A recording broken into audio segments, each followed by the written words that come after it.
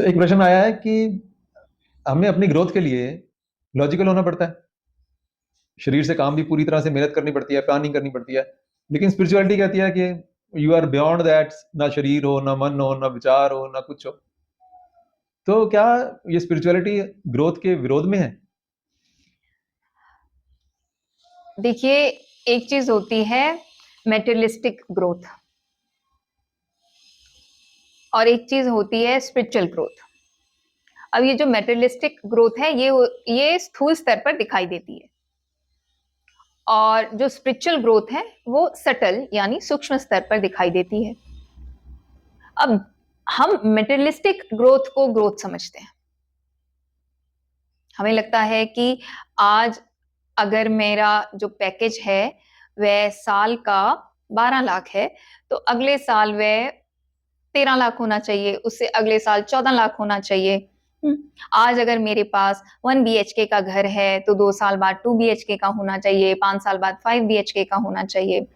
आज अगर मेरे पास छोटी कार है तो कल को मेरे पास बड़ी कार होनी चाहिए, लग्जरी कार होनी चाहिए, SUV होनी चाहिए। हमें ग्रोथ ये लगती है,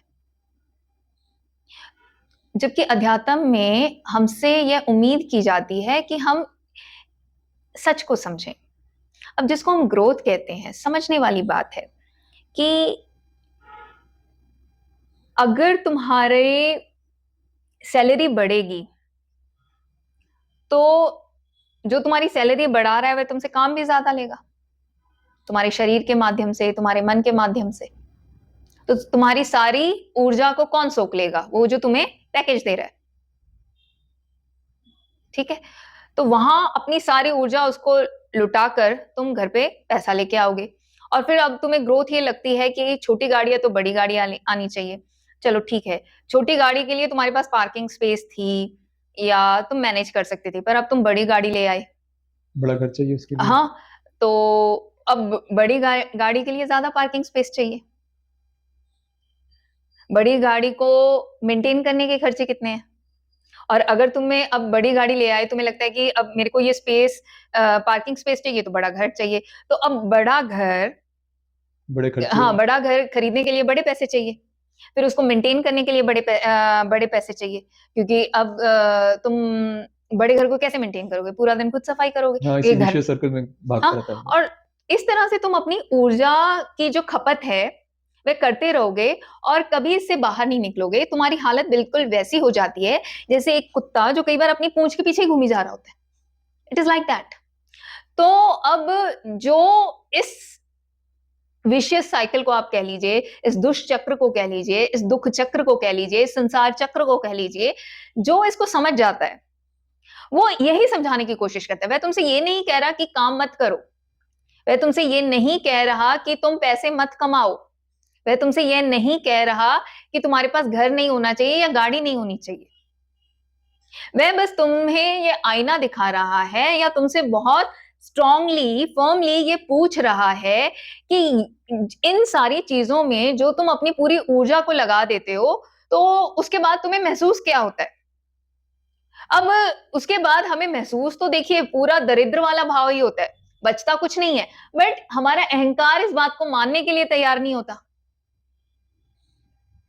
क्योंकि उसी सब के लिए तो हम अपने आप को खपा रहे हैं ना, अपनी सारी ऊर्जा को लगा रहे हैं।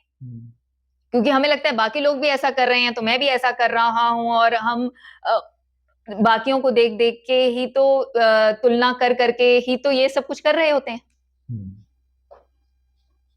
तो अब इसके लिए तुम जो भी कुछ करोगे, जो भी तुम प्लानिंग करोगे या जो भी तुम सोचोगे, उसका आधार क्या है? उसका आधार कहीं ना कहीं तुम्हारा वो लोभ है, लालच है, वो अज्ञानता है, जहां पे तुम इस चीज की जिम्मेदारी नहीं लेना चाहते कि मुझे मेरी ऊर्जा को देना कहाँ है। और जो इंसान जाग जाता है वह बहुत अच्छी तरह से समझ जाता है कि मुझे मेरी ऊर्जा को देना कहाँ है, क्योंकि जहां हम अपनी ऊर्जा देते हैं, ये प्रकृति का नियम है, but goes around comes around, कि जहां तुम अपनी ऊर्जा दे रहे हो तुम्हें वापस वही मिलेगा। ठीक है ना? अब आप देखिए कि जिसने पूरी भरी जवानी और अपनी मिड लाइफ में 60 साल तक जो पूरी तरह से जो है कामुकता में लिप्त रहा हो, अपनी जवानी में जो है हुस्न के पीछे भाग रहा है, जवानी के पीछे भाग रहा है, और फिर अपने 30s 40s 50s में भी इन्हीं सब चीजों के पीछे लगा पड़ा है। अब हम कह दें कि 60 के बाद वो एकदम से संत हो जाएगा या बातों को समझ लेगा, यह संभव नहीं है, क्योंकि प्रकृति का नियम है, जो बोगे वही काटोगे। तो आज तुम जहां खपा रहे हो अपने आप को, वही डिसाइड कर रहा है कि आगे तुम्हारे साथ आने वाले समय में कैसे कैसे हालात बनने वाले हैं, कैसी कैसी कंडीशंस बनने वाली हैं। तो जो जाग जाता है, अब जागे हुए इंसान को अगर हम स्पिरिचुअल कहना चाहते हैं, ठीक है स्पिरिचुअल कह लीजिए, पर मैं जागा हुआ ही कहूंगी कि जो सच्चाई के प्रति जाग जाता है वह इस बात के प्रति जाग जाता है कि मुझे अपनी ऊर्जा को देना कहाँ है, क्योंकि ऊर्जा तो देखो कहीं ना कहीं तो देनी ही है, पुरुषार्थ तो करना ही है। और पुरुषार्थ तो सारे संतों ने, गुरुओं ने, बुद्धों ने खुद करके दिखाया, और उन्होंने कहा है कि वीर्य की कमाई करो, पुरुषार्थ की कमाई करो। कृष्ण भी पुरुषार्थ के लिए कहते हैं। बाबा नानक भी जब उदासियां करके आ गए, जबकि उस समय उनकी उम्र वो 60-70 के हैं, तब भी वो खेती खुद कर रहे हैं। बुद्ध ने भी अपने आत्म साक्षात्कार के बाद उन्होंने कितनी मेहनत की है, कितना पुरुषार्थ किया है, कितना वो चले हैं, ताकि लोगों में सत्य के प्रति जागरूकता आए, कुदरत के कानून के प्रति जागरूकता आए।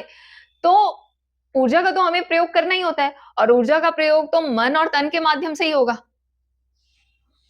क्योंकि देखिए ना, ऊर्जा आती है, बिजली आती है। अब बिजली तो है, पर बिजली का प्रयोग करने के लिए पंखा चाहिए, एसी चाहिए, बल्ब चाहिए। तो इसलिए ऊर्जा तो है, तो ऊर्जा का प्रयोग करने के लिए मन और तन है, तो वह ऊर्जा का तो प्रयोग हमने करना ही है। पर अगर हम पूरी जागरूकता के साथ, समझ के साथ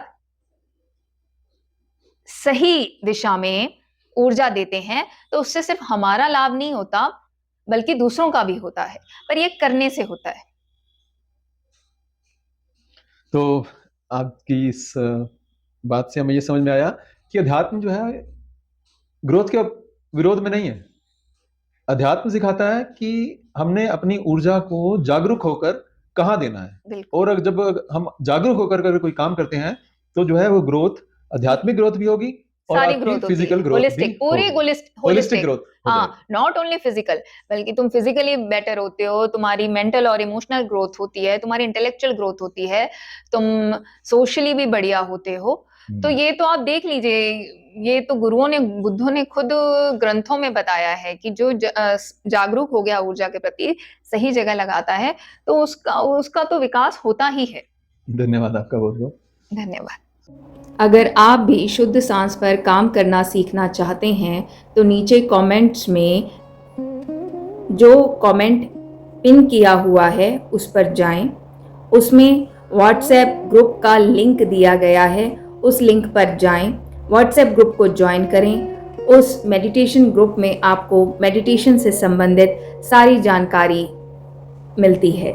फ्रीडम फ्लेम फाउंडेशन द्वारा हर सोमवार, बुधवार और शुक्रवार को शाम 4 बजे से लेकर 5 बजे तक शुद्ध सांस पर ध्यान कैसे करना है यह सिखाया जाता है, और इसकी भरपूर प्रैक्टिस कराई जाती है। तो देर किस बात की, जल्दी से इन क्लासेस को ज्वाइन करने के लिए नीचे दिए गए व्हाट्सएप लिंक पर जाएं, मेडिटेशन ग्रुप ज्वाइन करें। धन्यवाद।